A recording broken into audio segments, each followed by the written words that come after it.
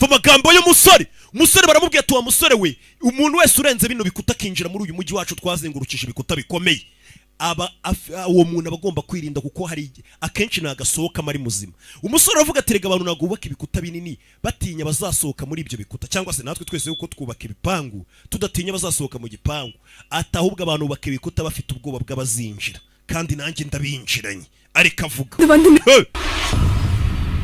hari umwana uri gusenga nawe ari kuvuga ati Imana nimba utaza ngo twitabarire kuko wangu no mujyi ngo n'uw'ibyaha, basohereza idayimoni rize rudutabare. Hari ibigo biza bigafata n'ubwana bw'ubukobwa ku ngufu. Barumi wazanye umuntu umwe, barazi ko agiye kuzana igisirikare nk'icyo mu Rwanda, none azanye umuntu umwe. Uyu ni ndamuzi niba musaza kera ajya kumubwira ati bireba hirya no hino nta wundi muntu tuzanye. Bishije umusore ikintu atekereza, ariko ati abasirikare bose nari kuzana bari kubabara bakazana mubare urenze uwabo nazanye cyangwa intwaro zirenze izabo nazanye. Ati niyo mpamvu nahisemo kwizanira umusazi batamenya ikintu yakora n'icyo batamenya icyo yakora n'icyo atakora.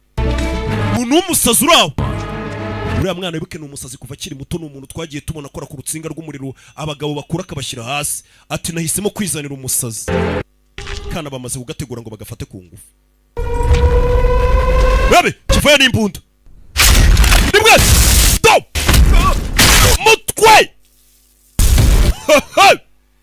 Mungoto.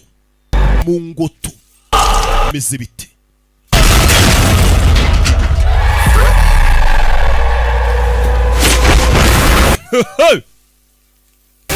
Hey!